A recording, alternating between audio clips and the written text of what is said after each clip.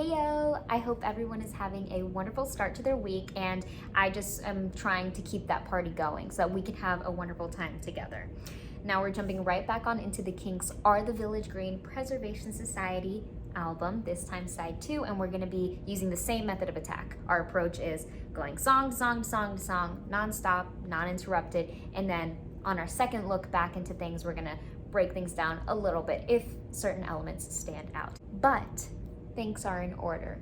So I want to give the biggest round of applause, the tightest, warmest hugs and embraces, and all of my love to our ultimate super thanks superheroes of today, which are Richard Olsen and Peter Buwen. I love you guys. Thank you guys for showing up for me so much, so frequently. I love you guys so much, and I really do wish that you can feel the virtual hugs, all of my love, and the round of applause, because you deserve so much more than that. And enormous gratitude to my fabulously fantastic super thanks heroes. Daniel Lona, Bob Charles, Swedish _Jeff _2022, Rob K, StephaneSmarties, and Kat, Dubh, and Jerry Manas. I love you guys so much. I've said it once and I'll say it again. You guys are incredibly amazing. You are saving me in more ways than you know. This is helping me out more than I could ever express. I love you guys. I love you. I'll never get tired of saying how thankful I am for you, because there will never be a proper way to thank you. So I'll just keep trying my best. As Christina Aguilera would say, you are beautiful in every single way. And you know what? She's right, because you are. Now, enough from me. We're gonna be handing this over to the Kinks, and what we've got lined up for today, we're starting off with Animal Farm, because that's number 1 on side 2. Then it goes into All of My Friends Were There, 3, Wicked Annabella, numero 4, Monica. Then People Take Pictures of Each Other. It's a really interesting one. Then Village Green. Our song before last is Starstruck, and we end the night at Phenomenal Cat. All right. It's big and wild and half insane. But then, while I lay my head upon my pillow, she's by my side, by the whole girl. Dreams of perfect animals are playing. Cats and dogs out of the ball.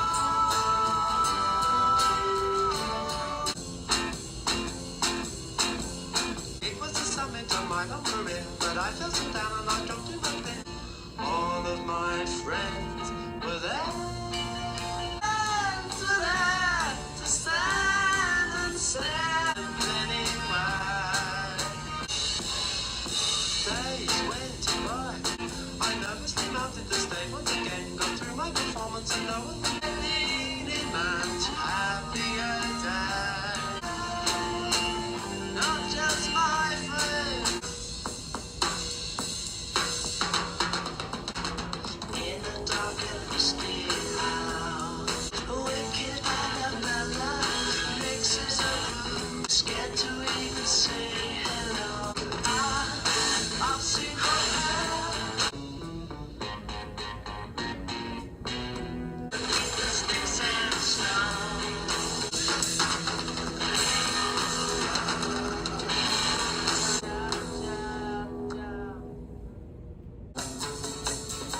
Annabella, Monica Bass, we love it for Monica. Knows every line. Should die, I should die if I should lose Monica. I love Monica goes at night. Oh, try if they can buy Monica, my love. Monica knows you know.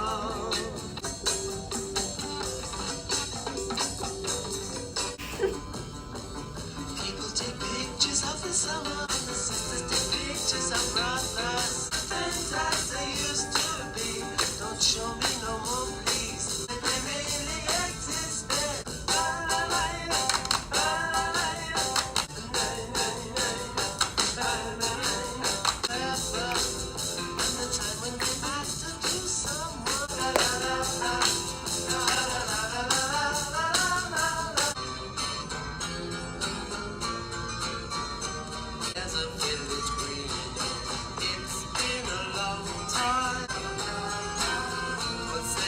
met a girl called Daisy. I miss the village green and all the simple people say, oh, darling, isn't it a pretty scene? This morning dew, fresh air and Sunday school.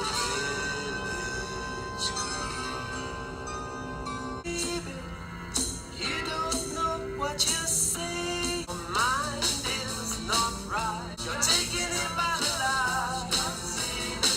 Running around like you're crazy. Out on your feet. Get on and join the Starstruck fun.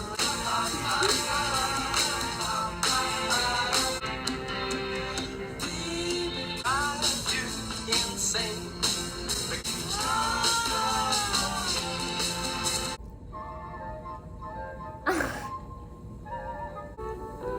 A long, long time ago, the phenomenal cat who loved to wallow all day, and that's how he wanted to stay. And he pointed out on the map the isles and Sahara too.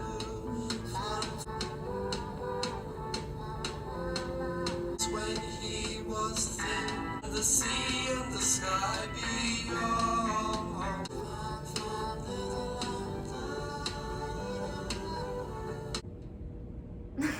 This is just how I feel at this very moment. It is subject to change because we are talking about music, which is art after all, and music isn't meant to be compared to itself and ranked and, you know, pitted against each other. But I gotta say, I gotta go with side two. I think side two wins, at least right now. Every single song hooked me in a completely unique and different way. It felt like each and every song existed in its own island.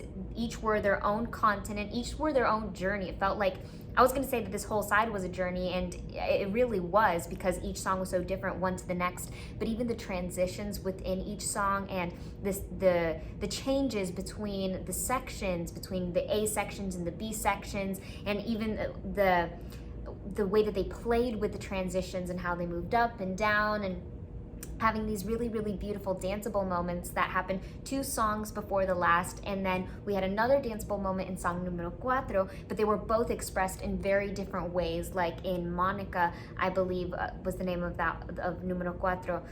It was danceable in a very like Barry Manilow kind of way, a little bit Copacabana feeling. But then there were moments of like Renaissance and Baroque style music and Baroque instrumentation. And there was just so many things that happened. I have no recollection of what happened on song number 1 because I think I just dived into this side and checked out mentally, but I do remember picking back up at number 2. That's where I'm starting to get some memory coming back in, and that's where I can remember really falling in love with this side. I remember being like, oh, this is phenomenal, this is amazing. The direction and the movement of the music, the direction of the instrumentation and the musicality, and what's going on here, there, very special moments, and the way it was all cohesive with one another at the same time to tell the broader picture, the bigger story. So we're gonna swing back around to Animal Farm.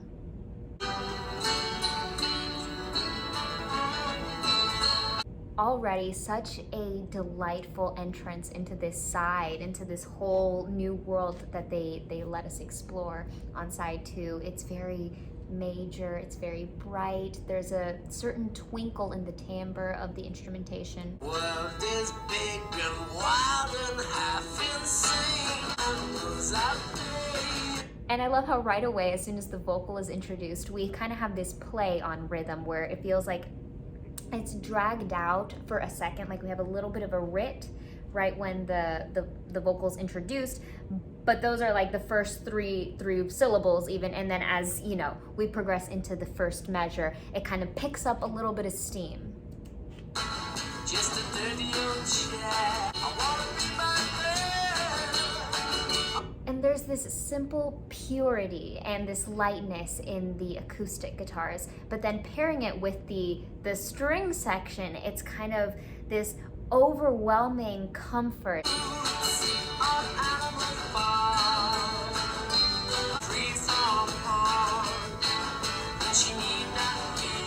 They play with a little bit of repetition in the melody right there when they repeat the da da da da da. Da, da, da, da, da. We had talked about this kind of dance-like feeling that exists in this side, and I feel like this is one of the first times that it becomes present, when we have that little catchy tune to kind of sway to. You know, it starts to get a little bit dancey up in here. I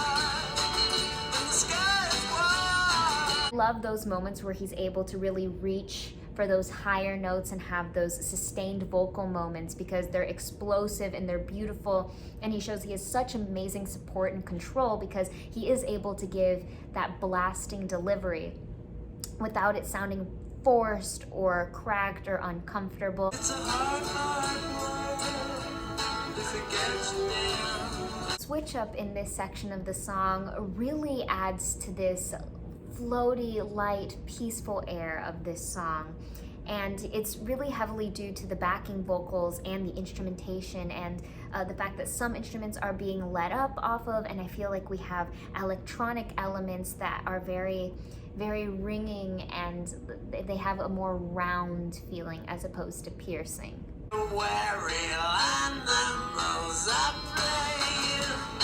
I felt like that was so intentional, the vocal delivery switch up along with the change up that was dramatic in the entire music, right? He finally gave us this like extremely raspy, crunchy, harsh vocal to just throw us off and indicate that we were jumping into a new section of the song. We were getting a little bit more intense.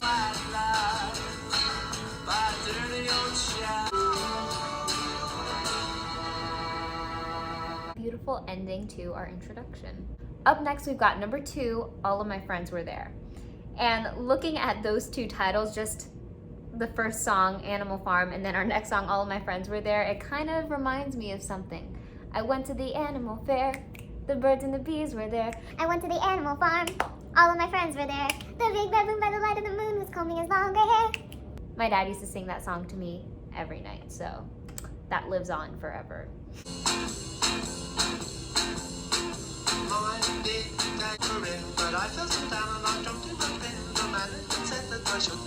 I love how there's this very light and playful rhythm happening. Even with the rhythm, they're able to convey this whole scenery that's going on. It's like this jocoso, non-serious, nonsensical world, almost like a circus. It's very bright.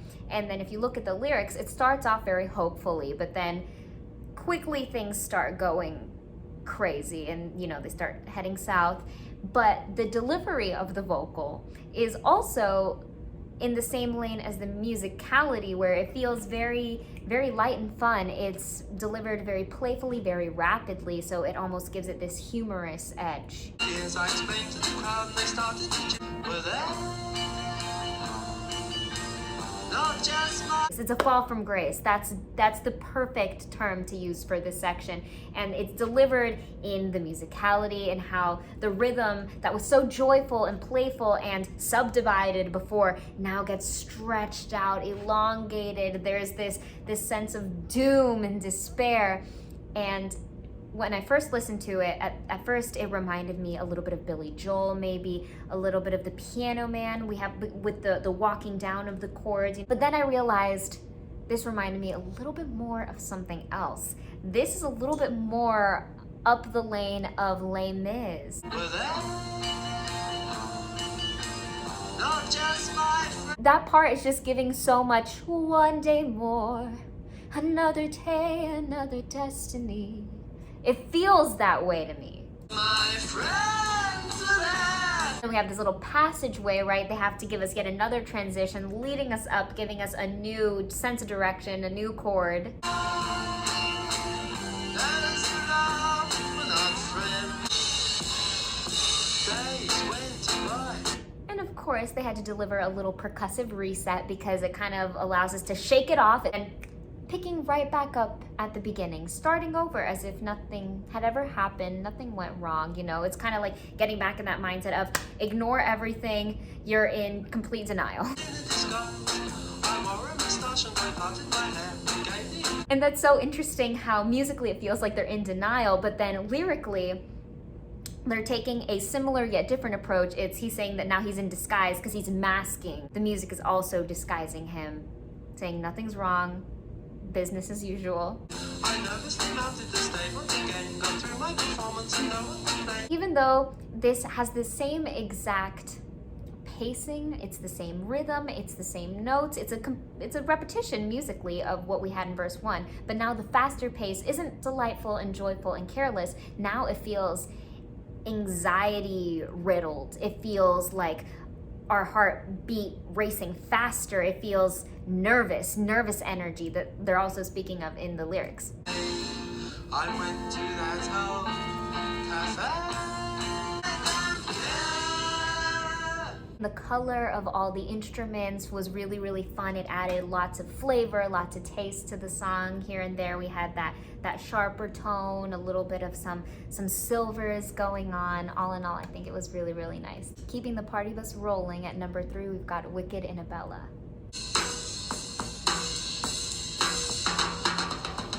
What I think is so wicked already about this song in a good way is that they have this percussive intro, the heavy percussion. That was awesome. Percussion solo was really cool to lead us into the song.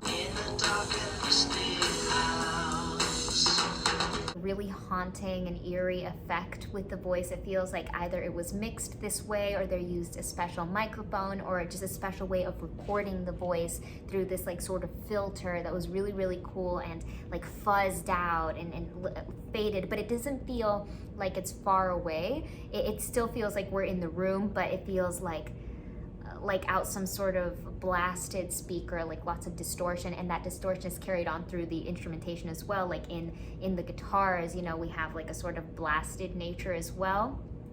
Very heavy, very dark, very somber. The melody is a little bit dragging as opposed to the pace that we've already experienced on this side so far. And the riff is really, really intriguing and delicious and enticing. It's like you just want more, like that bite of the forbidden apple.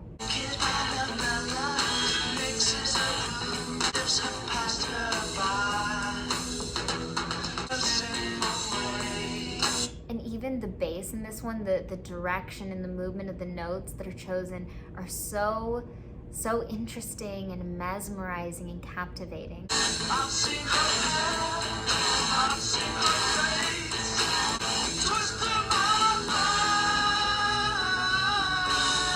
For some reason, the vocal delivery there in this section B kind of gives me a sort of Beatles reminiscence. It kind of like nudges me in that direction, although I don't want to look there, especially because I'm going to be challenged in a video coming up perhaps soon to not even mention them at all whatsoever. I want to stop letting my mind get to that place, but it goes there. It really goes there because Beatles just set such a high mark. But it feels like there's a sort of Beatles-esque nature in the delivery of how, you know, how hypnotic it is, but also how explosive at the same time without being overbearing.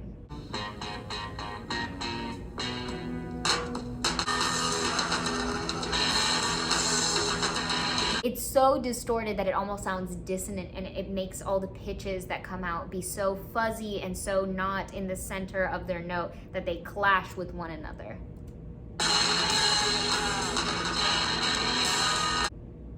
That was definitely fun, very character-y. Mire, prepárense, porque ahora en el número 4 tenemos Mónica.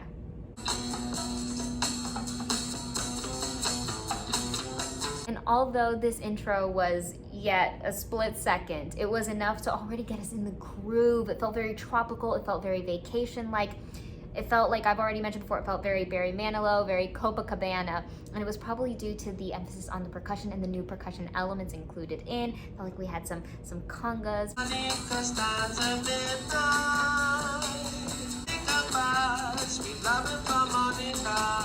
Following suit to the mood of this song, I feel like he delivers the perfect vocal. He's giving that breathiness, that light airiness that's required to add to the fun of this song, but still keep it graceful and not just make it fun and too hyper and not make it dragging and lazy, but he's able to combine the light and bright aspects of both worlds and give us this vacation where it's a lot of fun, but it's also relaxing.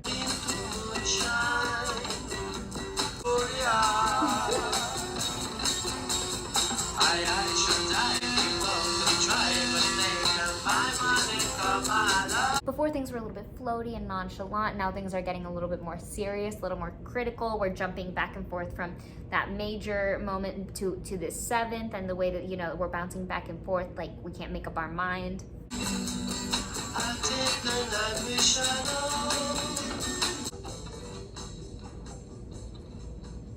While this song plays, the world is good. Number 5, people take pictures of each other, which I feel that the title is a whole journey of its own.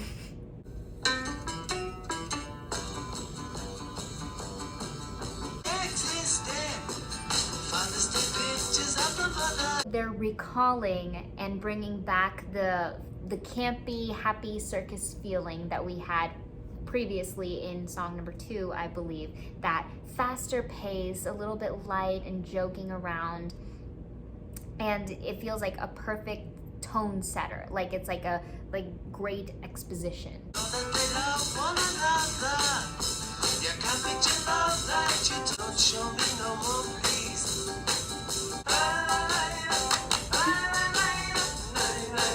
I think that this part is really light and funny. I think that the hand claps serve 2 different purposes in this song because they're expressed in different ways during the A sections or the verses. It's kind of ingrained into the fabric of the music, and then here it feels like it's like this stand out. It's very bold in this little fun section here.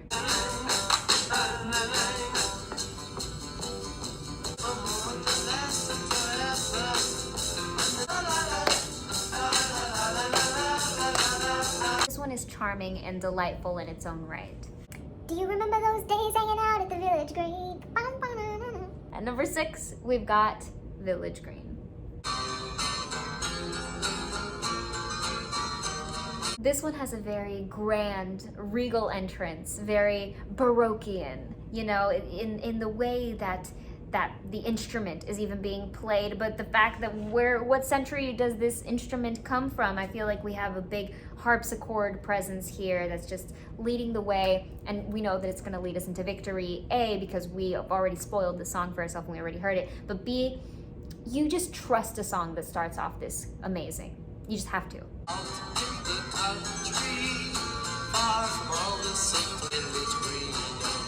And this is also one of the first or few times that we're really sitting in the minor. So beautiful, and it's adorned by all these Baroquean embellishments and flourishes down in the instrumentation.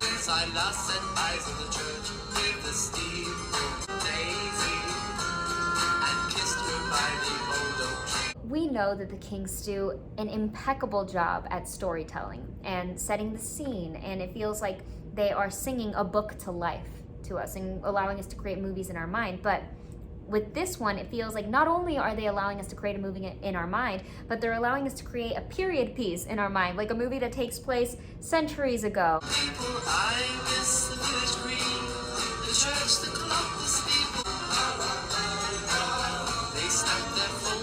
They tie in this woodwind instrument that's just adding this whole new life to this world that they've created.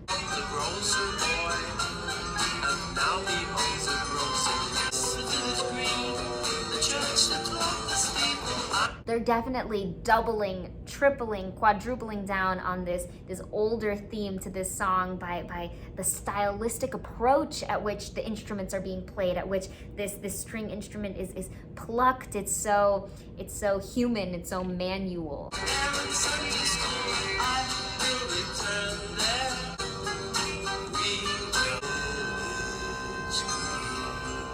So I'm not sure if I'm about to throw you guys a big curveball here, or if I've just become so predictable and you can read me as if I am see-through. But this is my favorite song of the night. I knew it on the first listen, but that first listen was tricky because the last 4 songs before this were favorite until I got to this one, and then it stuck around, and I was hoping that it would happen again the second time around, and it has to stick. I'm hoping that we don't switch favorites from now until the end. We only have 2 more songs to go. Tonight, our song before last is Starstruck.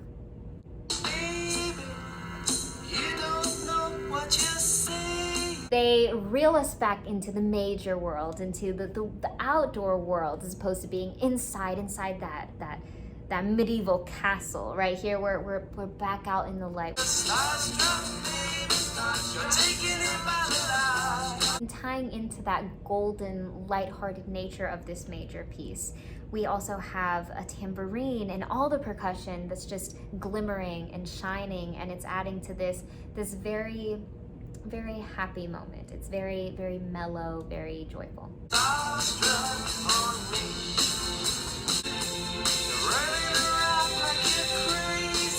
It's the perfect mix between this more percussive, choppy delivery in the percussion, literally. Percussive percussion. But we also have this inclusion of these legato, stretched out notes that are so beautiful and that are on theme, and just, even though they provide this contrasting face of what happiness can sound like, it really drives the point home.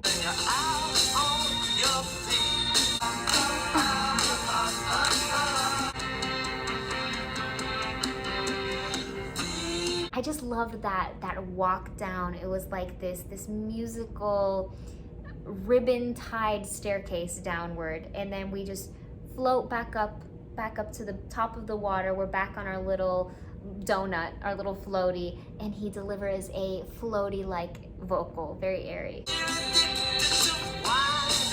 Such a light, good time. Ladies and gentlemen, closing out our night, we've got Phenomenal Cat.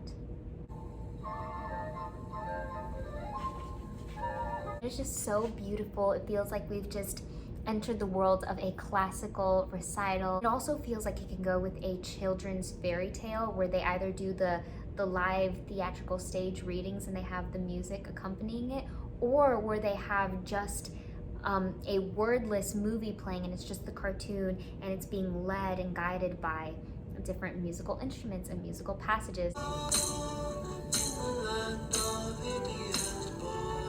Let me see something. I'm gonna look up the lyrics because I want to see if he says "in the land of idiot boys," if I'm hearing that correctly. Long, long time ago, in the land of idiot boys, there lived the cat, a phenomenal cat. Okay, that's really funny.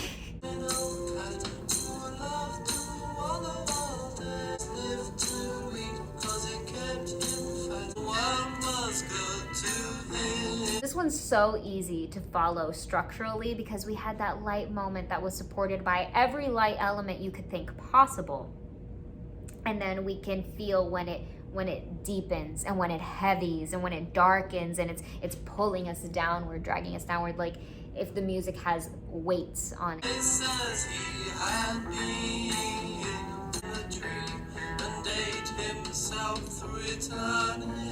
So I've noticed that the Kinks can deliver a mean walk down. It seems like they have it executed perfectly, like they know how to just deliver it on a dime.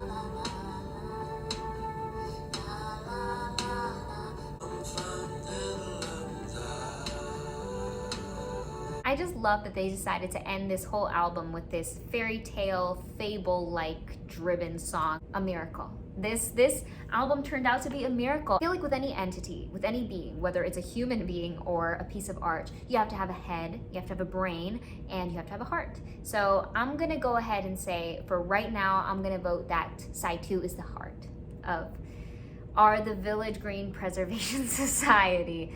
I don't think I'm ever gonna get used to saying that title of the album. A small gift that comes nowhere near close to repaying any of your kindness and any of your graciousness toward me, but this comes from my heart, and this is what I have to give at this moment. And I love you guys so very much, my dear ultimate super thanks superheroes.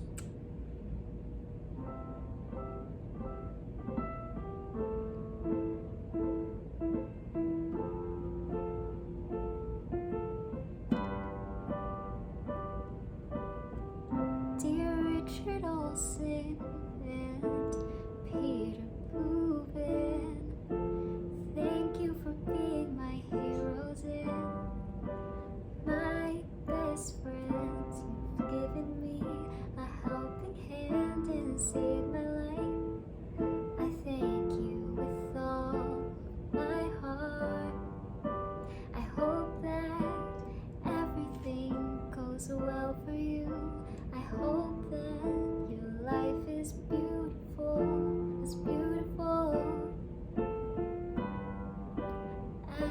as you are. I love you guys so very much. And a big thank you to all of my Super Thanks heroes. You guys are so beyond beautiful and amazing. I love you with all of my heart. And thank you to everyone that's in this community. I love you guys. I appreciate you guys for sitting here with me and enjoying these crazy musical journeys we go on. I feel like this one definitely paid off. So keep those suggestions rolling. Keep them coming to me. I love to see them. I love it. But remember to not get too discouraged if we don't get to the suggestion right away, because we have quite a list already, and I do want to keep some sort of order to things. Also, I spent the entire day today trying to figure out Patreon. Probably for a regular person, it would take 15 minutes to set up an account. Took me all day. Finally got it. Figured out, I think. I think there are still a few more kinks that I have to work out. I'm never gonna, just completely abandon this world that we've created together here on YouTube. I feel like it's such a beautiful, safe place for all of us. I feel like it's so fun. But I think it's really cool to expand over to Patreon because we'll be able to have the full listen together. So we'll do the format more often where we listen to the full side or the full album all the way through, and then we go back around to the breaking things down. But the initial reaction will be able to listen to together, which will be really fun. So with that being said, I'm going to try to rush the production of it and really figure out everything that I need to figure out in order to get that over to you guys so we can enjoy our time there too. Remember to be good to yourself. Do something that you've been wanting to do for a while that you've been putting off. Watch that show that you've been wanting to watch. Watch that movie you've been wanting to watch. Take that bath. Do what you need to do. Run up that hill. That might be a hint as to what's to come in the distant future, in the near future, who knows? Or maybe we're never gonna touch it. I think I've said too much already. I love you guys very much. Be safe and say it with me now. Take it easy.